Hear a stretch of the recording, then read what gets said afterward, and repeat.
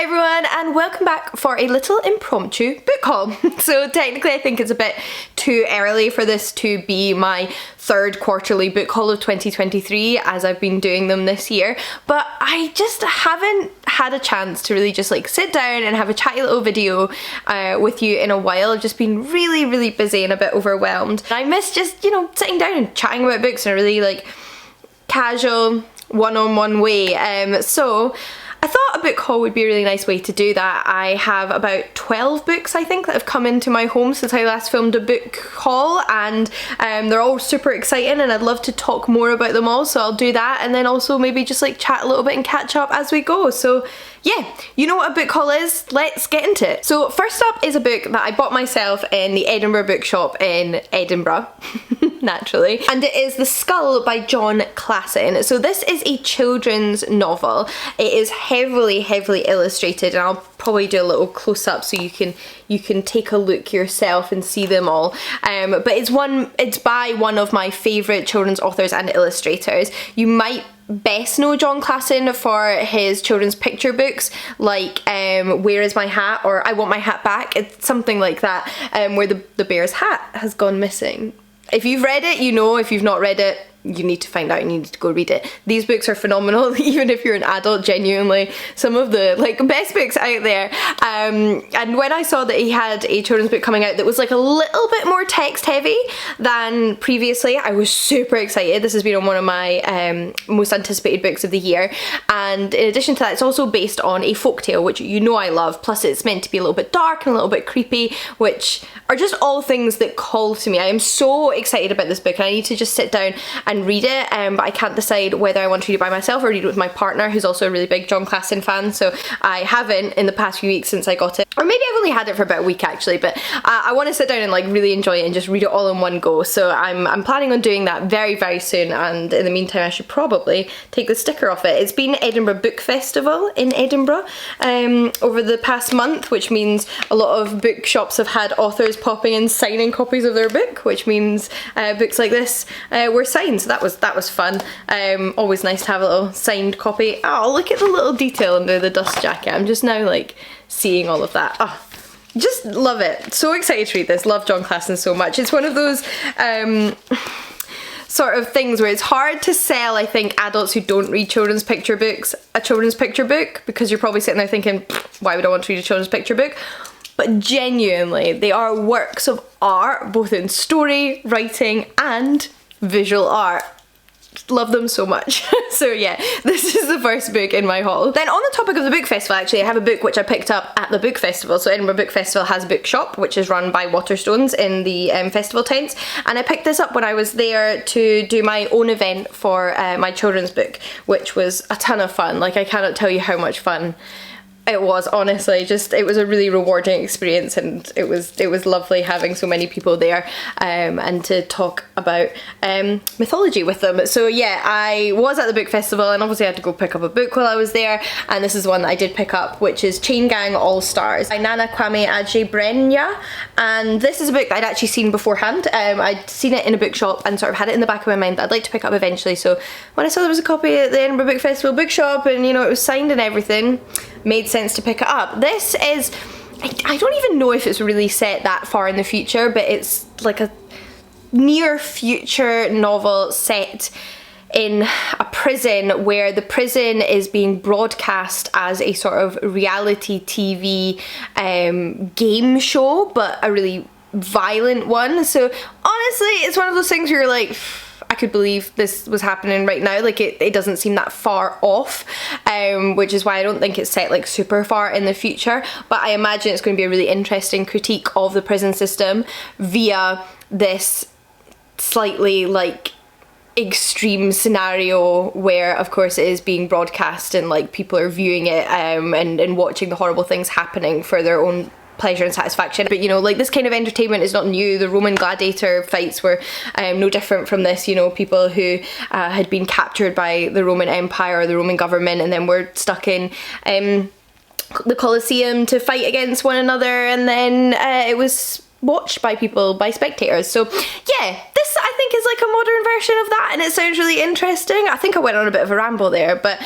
I saw it a little while ago, like I said, in a bookshop and thought it sounded interesting, and then decided to pick up at the book festival. One of the things I genuinely feel like when I don't do sit down videos for a while is that I forget how to talk about books, so apologies if that is what you're getting from me right now, because I feel like I don't know how I'm talking about them.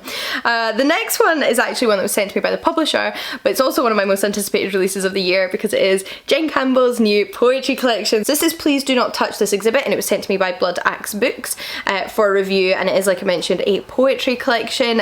You may already know Jen. She has a YouTube channel which I'm sure many of you already watch, and she writes for children and adults, non-fiction, fiction and poetry, and her poetry has both been like shortlisted and won awards in the past. It is phenomenal. Love, love, love Jen's writing, so naturally I'm really, really excited for this. I have read a couple of the poems in here already because Jen is my friend, and you know, some of the, you know, one of the fun things about having author friends is sometimes you get early access to some of their things while they're working on it. So I know that this touches a lot on themes of trying to get pregnant, but it's also about reflecting on your own childhood, and it's about being disabled, and it's about the way that disability is represented in stories and folklore and all of those things, and it's all packaged in Jen's really, really beautiful, beautiful words. So I'm excited to like sit down and fully immerse myself in all the poems in here and experience them as a whole, and I'm really grateful to Blood for sending me a copy. Do you know what though? Since I've just talked about one of my friend's books, let's talk about one of mine. So I actually just recently received this in the post. I actually received it when I was filming my last reading vlog, so I think if you watched my last reading vlog you might have seen me unbox it there and share it with you, but I am super excited to have a final copy, and that is my YA book Live Like a Goddess, Life Lessons from Legends and Lore by me, Jean Mingus, which comes out September 28th, and actually I should mention this comes out September 21st, so the week before. But this is a non-fiction book slash collection of stories which looks at 21 mythological women from around the world. It gives you a little bit of background on them historically and those that have worshipped them and still do worship them. Then each of those women is accompanied by a narrative of one of her stories. Obviously some of these women have many myths about them. It's one of their myths. Some of them we only know one myth, so it's that myth, and you get that full story, so you get to hear about what happened to her. And then the follow-up section at the end of each chapter is a little bit of advice, a little bit of how we can be inspired by these women, what we can take away from their stories, how, you know, even mythological women, even goddesses, almighty goddesses have struggled with things. They've maybe struggled with grief, or they've been discriminated against for their sex, and they overcame that in their stories, and it's kind of about how we can channel that and learn from that in a modern setting. It is a YA book, so it is aimed at teens and up, so the idea is that this advice can be applicable to teens, but I also think a lot of it is very applicable to adults as well. It also includes gorgeous black and white illustrations by the artist Taylor Dolan, which I'll just see if I can grab one for you. This is Demeter, so this is from the chapter Stand Your Ground Like Demeter, and altogether I'm just so pleased with how it's come out. I think the design team and Taylor and everyone at Wren and Rootker, my publisher, have done such a phenomenal job of like putting this book together. I think it's a really beautiful piece, and it was really nice to get the opportunity to write about these myths in a little bit more depth and detail than I have been in the past, because I've always been writing for younger readers and I've had less text to work with. So that was a lot of fun, and I'm really excited for this book to be out there in the world, and I hope that those of you who do pick it up or read it or buy it for a younger person in your life really, really enjoy it. So yeah, I'm super duper excited, and I hope you don't mind me including my own book in a book haul. I do have two more books that were sent to me by the publishers though, so I'll talk about those next. And the first one is a proof copy of My Roommate is a Vampire by Jenna Levine. So this book is a proof copy. Let me double check when it comes out. Usually it says in the book itself. This will be the one time when it doesn't, won't it? So, this comes out September 23rd. So these are all releases that come out super duper soon. But this is a contemporary paranormal romance novel about a vampire and a young mortal woman who end up sharing a flat together. So I believe that our protagonist, or I believe they're both our protagonists, but I believe our female protagonist moves in to an affordable flat that she manages to find with this nice vampire fellow, but there's something odd about him because he sleeps all day and he talks as if he lives in the Regency era, but despite that, she's really drawn to him and he's drawn to her, and I think it's actually going to be quite a cute like friends to lovers romance, one where despite the fact he's a vampire it's not a super dark romance, and I think that should be really fun. I'm hoping it's also going to be a little bit funny. I love when my romances have a little bit of humour in them, and I'm really excited to jump in. And then lastly we have a book which I believe is already out. I got sent it a month or so ago, but I think it's already out now, and that is Excavations, a novel by Kate Myers. So I should say this book was sent to me by Penguin and this book was sent to me by Harper Via, but this is a contemporary novel about a group of women who are all archaeologists, and they all work together in the field, but they don't really get on with one another. They are not friends. They don't have a lot in common apart from their passion from archaeology. So they're kind of like learning to work together and, you know, sort of rub along well enough while they're out in the field and get their job done, when I believe the older archaeologist, the senior archaeologist, on their dig does something nefarious, like he maybe hides something or fixes some results or lies about some research. I'm not exactly sure what he does, but he does something that shouldn't be done, and they have to like come together and deal with that or sort it out or go against it. I don't know, but I'm intrigued to see what happens. I obviously love the idea about this being about a group of women in archaeology that might also tackle some of like the sexism in academia in archaeology because of the dynamics between them and the senior archaeologist. I'm really excited to see how all of that is unpacked and unravels, because it is something close to my heart, having done a little bit of archaeology at university and it being something I'm really interested in. So yeah, looking forward to this. And then the rest of the books I have here I bought myself, 2 of which I bought second hand, and both of which are Folio Societies. So I was in Leith in Edinburgh and I popped into one of the charity shops there, and they had like a massive stack of Folio Societies. I don't know if somebody had just cleared out their collection and gotten rid of a bunch, but they had a big stack, and I picked up 2 for myself. The first of which is The Wind and the Willows. So The Wind and the Willows is a children's novel by Scottish author Kenneth Grahame from the 20th century that I adored as a kid. Like, I love this story so much. I think it's so beautiful, so immersive. It basically follows animals who live in the wild. We've got like mole, rat, toad, what have you, and they're just kind of like escapades. And like I said, I loved this when I was a kid, but I don't actually own my own copy of it. So when I saw that there was a Folio Society one, I had to grab it. That's the price there. Apparently I paid £9.50, and then I think I paid £8.50 for this one. But if you're not familiar with Folio Society themselves, they basically are a publisher who publish beautiful books. Like, they don't publish original material, generally speaking. They republish classics or they publish popular books in these gorgeous, gorgeous editions, accompanied by unique art and illustrations in each one by different artists. Why can't I flip this to an illustration page? I'll probably do a pan away anyway, but now I'm just determined. Let me in. Oh, I would pick the page you can't really see much in, it's a little moly there.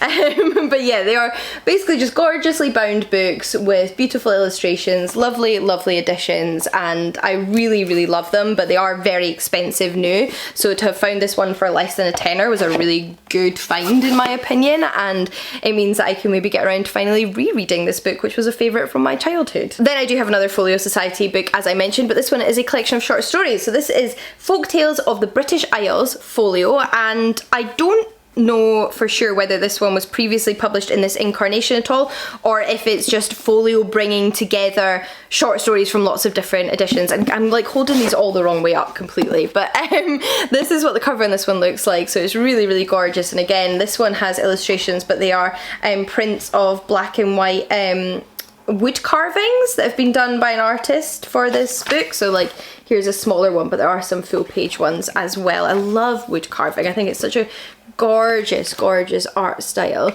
And like I said, this is a collection of short stories. So these are folk and fairy tales from around Britain and Ireland, I think.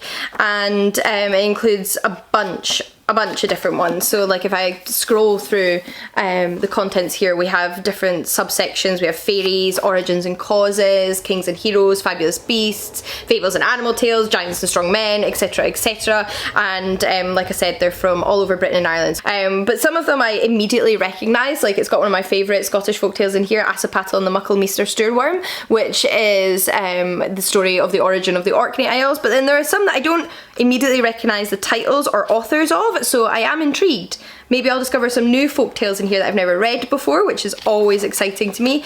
And it's just a really nice addition to have, binding them all up together. I quite like books like this that collect folk and fairy tales from lots of different authors together and give you a nice little selection. So yeah, could not pass that one up. Now go back inside please, thank you. On the topic of folk tales though, my next book is actually a retelling of a classic piece of literature concerning folk tales, and that is Every Rising Sun by Jamila Ahmed, and this is a retelling of Shahrazad's story. So Shahrazad, if you're not familiar, is, should we say the protagonist, the central character, the narrator of 1001 Nights. So Shahrazad is the character who is telling all of the stories in 1001 Nights, and she's telling these stories to distract her husband the king, who usually kills every wife he has after one night, but she manages to survive for much longer and potentially resolve all issues through telling him these stories. And within these stories there's lots of famous characters like Aladdin and Sinbad, etc. But I love Shahrazad in particular. Like, I love the framing narrative of 1001 Tales because it is the story of a woman who basically saves the day through storytelling. I think that's beautiful and clever and interesting, and I've always adored it. So when I saw this in Argonaut Books, I think it was, in Leith, I had to pick it up. I hadn't heard of it before, but it's a retelling of one of my favourite stories from around the world. So I love the idea that it'll focus on Shahrazad's perspective. It's going to be about her specifically and what's going on with her while she's telling these stories, and maybe the time in between, and focus on that narrative, which I think deserves to be focused on. So yeah, I'm really excited to read this. Then we have two books which I picked up from Waterstones on their double points weekend. So Waterstones occasionally do this thing where you get double points on your store points card, and I'm a sucker for it. If Waterstones have double points weekend, I'm gonna buy a book because I always want more books, and if I get extra money to spend on books in the future from it, I'm a goner. And this time I ended up coming out to hardbacks. So the first one is The Bone Season by Samantha Shannon, which I would say is a YA futuristic fantasy novel, but I don't believe it is anymore. So this is a novel which came out quite a while ago, maybe like a decade ago, and I've heard people wax lyrical about ever since, and sort of had in the back of my mind that I wanted to read it.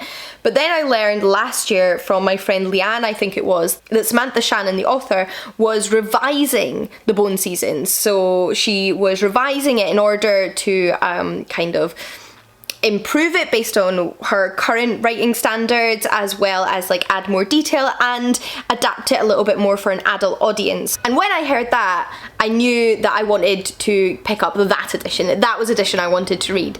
It's really interesting because for me this will be my first time reading this book, and it will be in this newer, more adult version, whereas I know a lot of people will be rereading it who loved the original version and having a really different experience because they'll be sort of comparing and contrasting it. But it'll be interesting to sort of have this as my first go-to for The Bone Season, and I am really excited because, like I said, a lot of my friends really love this. My friend Ashley adores it, like absolutely one of her favourite books. So I've heard nothing but good things generally about this and Samantha Shannon's writing, which no, I've not read yet. No, I have not read her dragon book, which I know is awful and I need to. But yeah, so just had to pick it up in this new edition. Was really excited when I saw it in the bookshop. It's also signed, which is cool. And I don't really actually know what it's about. I'm realising that as I talk about it. I only bought it because people rave about it, and I think I might have known what it was about once upon a time, and I think it's maybe set in the future. Yeah, the year is 2059. For 2 centuries, the Republic of Scion has led an oppressive campaign against unnaturalness in Europe. In London, Paige Mahoney holds a high rank in the criminal underworld, the right hand of the ruthless White Binder. Paige is a dreamwalker, a rare and formidable kind of clairvoyant. Under Scion law, she commits treason simply by breathing. When Paige is arrested for murder and thrown into captivity in Oxford, she meets the mysterious founders of Scion, who have designs on her uncommon abilities. If she is to survive and escape, Paige must use every skill at her disposal and put her trust in someone who ought to be her enemy. Yeah, so that's me learning what it's about at the same time as you, to be perfectly honest, but yeah. Friends say it's good, so I'm going to trust them, and I'm excited that it's a slightly more adult version. Then we have a book that I hadn't heard of before popping into Waterstones that day, but it was on the same table as The Bone Season, and my eye was immediately drawn to it. Then I read the blurb and I thought, yeah, that's coming home with me. It is Blood SisterScribe by Emma Torres, and this sounds so good. It sounds like kind of creepy library, dark academia fantasy mystery thriller. I've just said all the words, but that's like the vibes it's given to me. So I hadn't heard of it before. I don't want to butcher the plot, and that means I'm going to just read it to you from the blurb. Joanna Calote lives alone in the woods of Vermont, the sole protector of a collection of rare books. Books that will allow someone to walk through walls or turn water into wine. Books of magic. Her estranged older sister Esther moves between countries and jobs, constantly changing, never staying anywhere longer than a year, desperate to avoid the deadly magic that killed her mother. Currently working on a research based in Antarctica, she has found love and perhaps a sort of happiness. But when she finds spots of blood on the mirror in the research base, she knows someone is coming for her and that Joanna and her collection are in danger. If they are to survive, Esther and Joanna must unravel the secrets their parents kept hidden from them. Secrets that span centuries and continents and could cost them their lives. Magical thriller? Yeah. With books and magic? Yeah. Yeah. Very much here for this. Picked up on a whim, really excited to read it. Then last but not least, I actually have a manga. Although I don't know if this technically isn't a manga because it's in colour. It may have another name which I'm forgetting off the top of my head now, but you get the idea. Which I picked up because I've been watching a lot of one specific TikToker who recommends a lot of manga recently, and it's been making me crave getting back into manga. So I used to read a ton of manga when I was a teenager. I even used to read it when I first started making book talk videos. Booktube? I don't know, there's so many book platforms now. When I first started making booktube videos, I was still reading manga, but I haven't really in many years unless it's been a reread of an old favourite. So I wanted to try out some new ones. I wanted to try something new, and this was one that she talked about. I will obviously pop her handle here. I've forgotten what it is now, but in case you want more recommendations, it will be on the screen.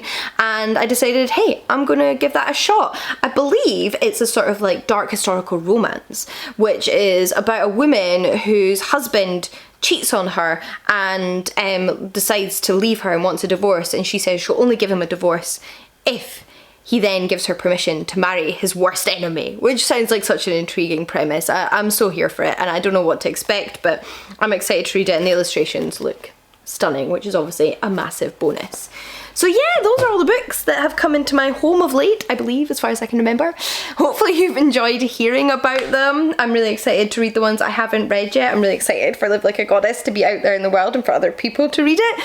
And it's just been nice sitting down and chatting about some books with you. I'm a little bit hot and sweaty. We're having a bit of a September heat wave, it feels like, so apologies if I'm a bit shiny. But let me know if you've picked up any books recently. What books are you really excited about coming out in September, since it feels like there's a ton of good ones coming out. This is like real peak publishing season.